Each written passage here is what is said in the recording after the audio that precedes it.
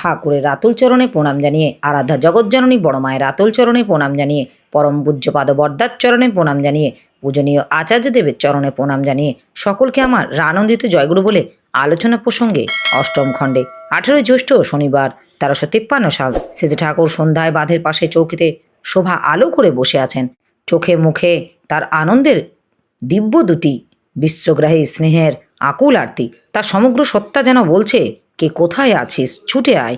তার নীরব আহ্বান বিশ্বের অন্তর মথিত করে তুলছে। তাই তো 7 সমুদ্র 13 নদীর পারে কোনো সমুদ্র মার্কিন মুলুকের অভিজাত যুবকের দল তার পায়ের তলায় এসে জুটছেন, তার অপরিমেয় ভালোবাসার স্পর্শে জীবনকে মধুময় ও শান্তময় করে তুলতে। এই আসরেই বসে আছেন তাদের কয়েকজন, যথা স্পেন্সার দা, হাউজার ম্যান দা, মর ম্যান দা, ফ্যান দা ইত্যাদি। ছোটদা এসে দাঁড়িয়েছেন, কেষ্টদা, চুনিদা, হরিদা, রাজেন্দা, গোপেন্দা, ইন্দুদা, সুরেন্দা, জিতেন্দা, বলরাম দা, ক্ষিতীশ দা, হরিদাস দা, মনোরঞ্জন দা, সন্তোষ দা, গোপাল দা ইত্যাদি অনেকেই, এবং আশ্রমের মায়েদের মধ্যে অনেকেই উপস্থিত আছেন। একটা গনগনে ফুর্তির হালকা বইছে। স্পেন্সার দা এনসাইক্লোপিডিয়া ব্রিটানিকা থেকে গারফিল্ডের জীবনী পড়ে শোনাচ্ছেন সেজে ঠাকুরকে। শোনার পর সেজে ঠাকুর বললেন, গারফিল্ডের জীবনে খুব সংগ্রাম করেছিল, ফলও পেয়েছিল, বড়ও হয়েছিল। কিন্তু ফলগুলি যদি বিনষ্ট না হয়, অর্থাৎ আমাদের যদি এই লক্ষ্যে নিয়ে না যায়, তবে সে ফল কোনো মূল্য নেই। একজন শ্রেষ্ঠ সংগ্রামী যে একজন শ্রেষ্ঠ মানুষ এমন কোনো কথা নয়, যদি কিনা তার পেছনে কোনো ভাগবত আদর্শ না থাকে। আইচিস, এই দিকে আয়। সতুদাকে দেখে বললেন, তোর সেই দিনের কথা আমার যা মনে হয়েছিল সেই কথাই বলেছিলাম। সতু বলছিল, একজন খুব ভালো খেলে, লম্বা লম্বা, উঁচু উঁচু, দারুণ দারুণ বল মারে, লোকে খুব হাততালি দেয়। তার মানে সে নয় যে সে গোল দিতে পারে, ওতে আলাদা কৌশল লাগে। সাধুপন্থার উদ্দেশ্য সাধনে কে কতখানি পটু তাই দিয়েই হয় দক্ষতার পরিমাপ। প্রফুল্ল, সেদিক দিয়ে অবতার পুরুষদের জীবনও তো অকৃতকার্য বলা চলে। তারা মানবজাতির মধ্যে যে আদর্শ সংস্থাপনের জন্য আসে, তার কতটুকুই বাস্তব রূপ পরিগ্রহ করে সেজে ঠাকুর। তারা এত আলো দিয়ে যান যে তারা চলে গেলেও একটা অবুদ্ধই মনন্তরের কাজ হতে থাকে। কেষ্টদা, এই তো সেদিন রামকৃষ্ণদেব এসে গেলেন, তবু আমাদের দেশ এত দুর্নীতি ও দুর্দশাগ্রস্ত কেন? সেজে ঠাকুর, যতটা করেছি ততটা পেয়েছি। আজ যে সমস্যা সে তাকে না মানার দরুন। তিনি পানের ডিবে হাতে করে নিয়ে বাড়ি বাড়ি ঘুরে যা করলেন তার ঢেউ আজও বইছে। তার দিকে চেয়েই বিশৃঙ্খলার মধ্যে শৃঙ্খলা ফুটে ওঠে। কেষ্টদা, অবস্থা দিন দিন খারাপ হয়ে চলছে কেন? সেজে ঠাকুর, তার কথা না পালাই খারাপ হয়েছে, তবে এখনও এই দুর্দিনে তারই কথা মনে পড়ে, সেইখানেই পথ পায়। কেষ্টদা, সাফল্যটা কি শুধু ব্যক্তিগত ব্যাপার? সেজে ঠাকুর, বেষ্টি নিয়েই সমষ্টি। যত বেশি ব্যক্তি ততখানি কৃতকার্য হয়, তার ভিতর দিয়ে সমষ্টিগত কৃতকার্যকতা সেই পরিমাণে এগিয়ে যায়। সবটারই আরও আছে। ব্যক্তিগত সাফল্য বাদ দিয়ে সমষ্টিগত সাফল্যের দাম নেই। আবার ব্যক্তিগুলি কৃতকার্য হওয়া সত্ত্বেও যদি পারস্পরিকভাবে পরিপূরণশীল না হয়, তাহলে সমষ্টিগত সাফল্য জিনিসটা ফুটে ওঠে না। পরিবেশের ব্যষ্টির পক্ষে সাফল্য ও লাভ রক্ষা করা কঠিন হয়ে পড়ে। দেশকে একাদশ উদ্বুদ্ধ করে তোলাটাই হলো ব্যষ্টিগত সমষ্টিগত সাফল্যের দম্বল। এর জন্য দীক্ষা বাড়াবার কথা বলি, আদর্শ অনুরক্ত করে তোলার কথা বলি। 5টি সহোদর ভাইয়ের প্রত্যেকটি যেখানে স্বতন্ত্রভাবে এবং সকলেই মিলে সমবেতভাবে বাপ মায়ের পেছনে দাঁড়ায় না, সেখানে তারা পরস্পরের পেছনেই দাঁড়াবে এমনতর আশা করা দুরূহ। পরিবারের যেমন বাপ মা, জাতীয় ও আন্তর্জাতিক জীবনেও তেমনি গুরু পুরুষোত্তম। কেষ্টদা, ইংরেজ জাতির মধ্যে যেমন শত শত বছর ধরে একটা সমষ্টিগত ও জাতিগত উন্নতির ধারা বজায় রাখা ইতিহাস আমরা দেখতে পাচ্ছি, আমাদের দেশে বহু উন্নত ধরনের ব্যক্তির আবির্ভাব হওয়া সত্ত্বেও ওই রকম সমষ্টিগত উন্নতির নিদর্শন তো কোনো যুগে দেখতে পায় না। সেজে ঠাকুর, রাজশক্তি যেখানে আদর্শনিষ্ঠ হয় সেখানেই ওই রকম উন্নতির সম্ভাবনা খুব বেশি থাকে। আমাদের দেশেও অশোকের সময় খুব হয়েছিল, সুপ্রজনন গোলমালের দরুন তা রক্ষিত হতে পারেনি। ইংরেজ জাতির মধ্যে খোঁজ নিয়ে দেখেন গিয়ে, ওদের মধ্যে প্রকৃত ধর্মনিষ্ঠা যাকে বলে তা এবং বিবাহবিধি বোধ হয় অনেকখানি ঠিক আছে। এই ঐতিহ্য যতদিন বজায় থাকবে ওদের উন্নতি কেউ রুখতে পারবে না। ধর্মপ্রাণতার একটা প্রধান লক্ষণ হলো অন্যকে বাঁচিয়ে রাখা, বড় করে তোলার চেষ্টায়।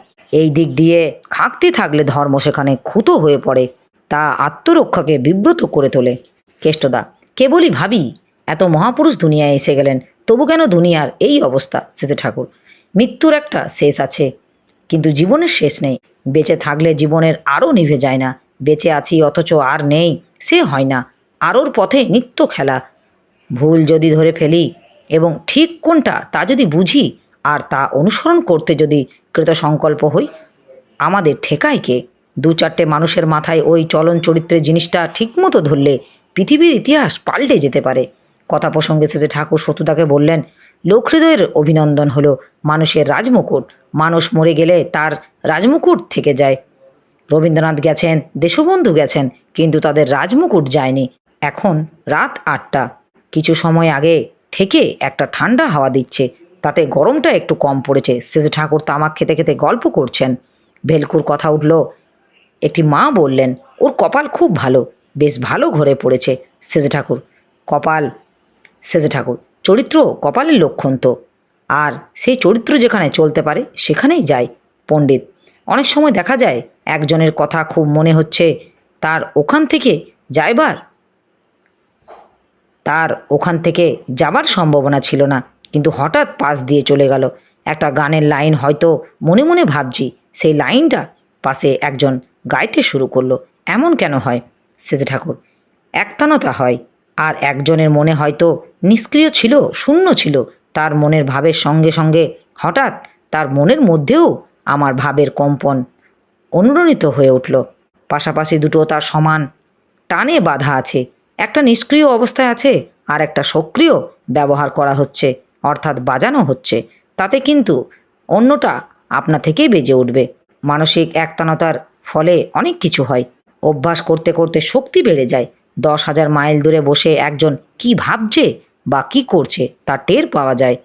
অনেকেই তাস নিয়ে অভ্যাস করে, একজন হয়তো মনে মনে পড়ছে আর একজন সেইটির জোরে জোরে পড়ে যাচ্ছে। কত রকমারই যে করা যায় তার ইয়াত্তা নেই।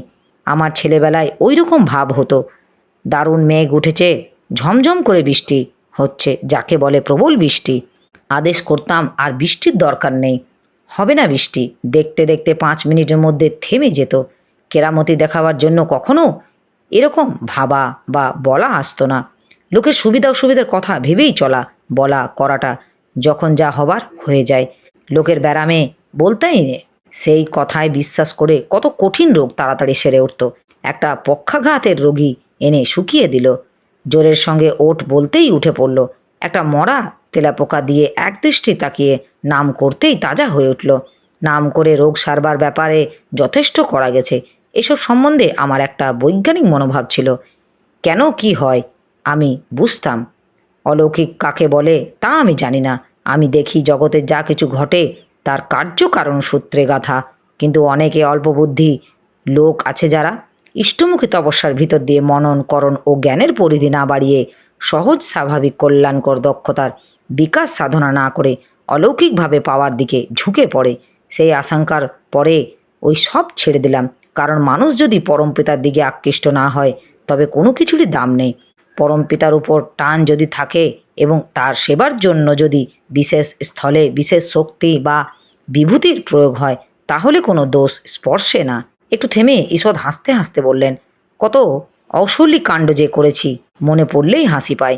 সামনে দিয়ে শিয়াল যাচ্ছে, শিয়ালের মধ্যে ঢুকে গেলাম। তখনই আমি শিয়াল হয়ে গেছি। মনে হলো রসগোল্লা খেয়ে আসি, পা দিয়ে বের করে রসগোল্লা খেলাম। যা ভাবছি শিয়াল তাই করছে। মনে হচ্ছে আমি খাচ্ছি। একদিন শকুনের সামিল হয়ে গেলাম, মনে হচ্ছে যেন শকুন হয়ে মরা গরু খাচ্ছি। স্বাদটা পরিষ্কার টের পাচ্ছি।